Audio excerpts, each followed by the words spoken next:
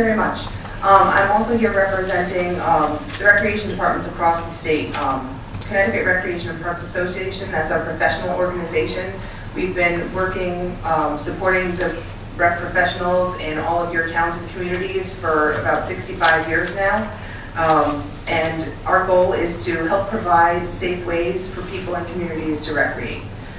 We have members in 126 out of 169 municipalities throughout the state. And last month we distributed a survey across our membership. It was a very brief survey. We wanted to get a handle for this commission on what youth sport leagues we're offering through our rec departments, and also what kind of trainings we are providing or requiring within those leagues. We had about a 40% response rate, and at the time it was just a quick, please can you get back to us? And that really confirmed what we have been seeing as our organization. The organization has really been evolving in the past few years. The majority of our members, we found, they don't even operate the youth sports leagues anymore in their towns. And therefore, they're not offering training because they're not overseeing these youth sports organizations. They're private organizations like youth football, junior soccer, hockey organizations. They're separate organizations that report to a national organization.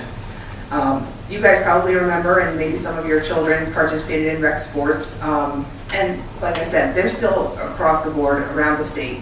But a lot of those leagues, whether you realize it or not, are not operated directly by the town rec department. They are run by these private youth sports leagues, and they do happen to be playing on town fields and facilities, but that's really our involvement, is them being on our fields. We aren't overseeing the coaches. We don't know how many coaches they have. That's up to the leagues to work out. We did find that about 70% of our respondents did happen to keep youth basketball in-house. Everything else is pretty much shifted out. And I can speak, for example, in Cheshire, we had a youth soccer program for grades K through 4, and starting about 2 years ago, we started working with Cheshire Junior Soccer Club, because they found that they had people interested in participating in that higher level soccer at a younger and younger age, and we had a lower turnout for our program. So it just made sense to make that shift to turn our program over to them. So actually starting this spring, that was our first season when there was no more Park and Rec soccer. So our members, directors, they generally only get involved when we're scheduling the use of town facilities. And some of the leagues don't even go through the Park and Recs. They go through maybe the Board of Ed, Building and Grounds, sometimes it's Public Works, and sometimes they can't even find space on a field outside, and they have to go to some private organization and rent out a facility. Like in North Branford, there's the Connecticut Sportsplex, and there are other indoor facilities, so they're going outside even the towns entirely. When we do schedule the private groups, the majority of our members don't require any kind of proof of training before letting people on the field. We just consider it a rental. Generally, we do ask for a copy of their liability insurance just to release the town, but everything else is up to the individual leagues. So we do leave the management and the requirements of training up to the groups like our junior football leagues. And each of us does schedule the facilities a little bit differently. So most of them will assign a general time period. Like we'll say, okay, there's a lot of outdoor, it's multi-use fields. So sometimes you've got soccer on there, sometimes you've got baseball, sometimes you've got lacrosse, sometimes it's boys, sometimes it's girls. And depending on the town, some clubs are united. So it's, let's say it's youth lacrosse, and then there's a boys president and a girls president. So generally what our rec directors do, because they are so pressed for time, because we cover so many different programs in the towns, is they'll say, okay, lacrosse, you get Tuesday, Wednesday, and Saturday mornings. That's your time to do with it what you want. So that's really how most of our departments get involved. That's what we found. Some of them do get a little bit more involved, so they have an idea of the teams, and that's usually when there's, let's say, more of an internal conflict within departments saying, or not within departments, within the league saying, there's some favoritism here, the president's son's team gets all the practice time and we don't get anything. So sometimes the departments will get involved on a more individual basis, but not often. And Another thing that I think is important to know about Parks and Rec departments across the state, they run the full gamut of how they're organized. There are some where there isn't even a department, it's just volunteer commission members who are offering rec opportunities for the people in town. And that's one of the reasons that these youth sports leagues are so important, because otherwise there wouldn't really be a way, an organized way for these kids, since we're talking about youth sports, for the kids to get out and be active, which is really our goal.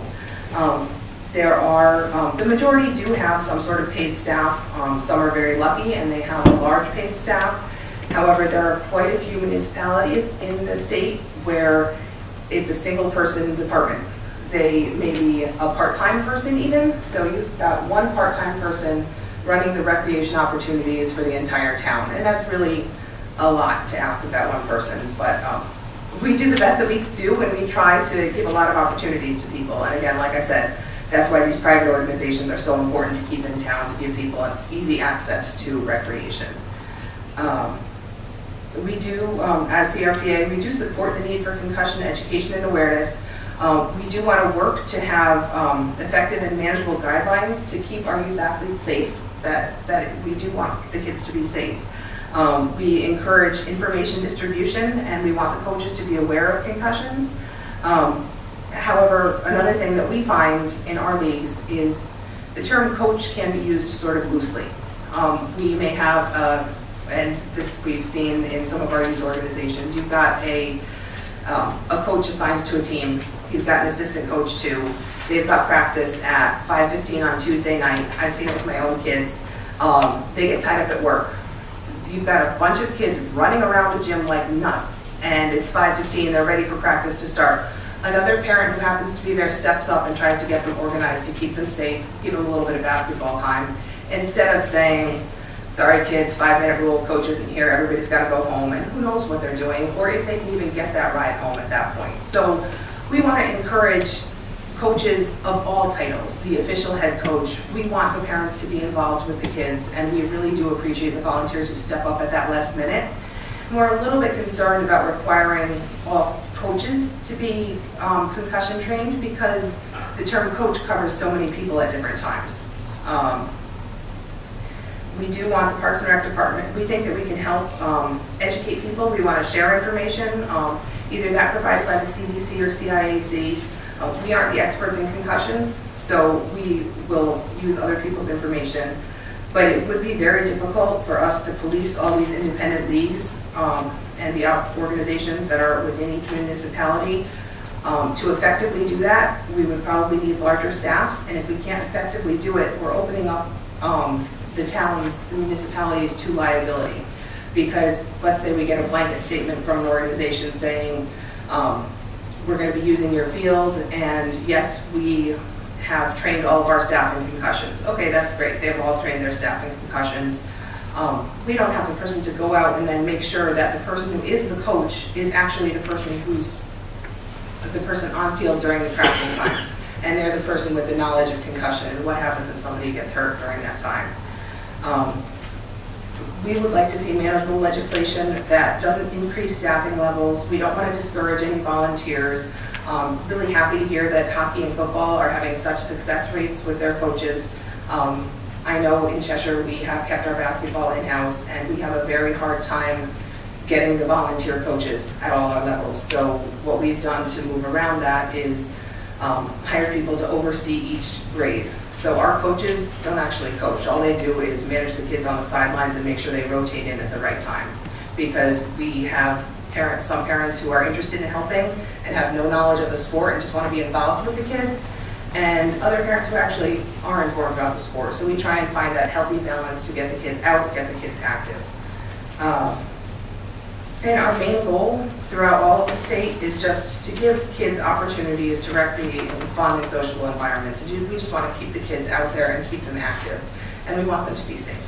So that's really an overview of how Parks and Rec departments are working these days. And I think that's it. Does anybody have questions? I think that was the most important part to share. Thank you.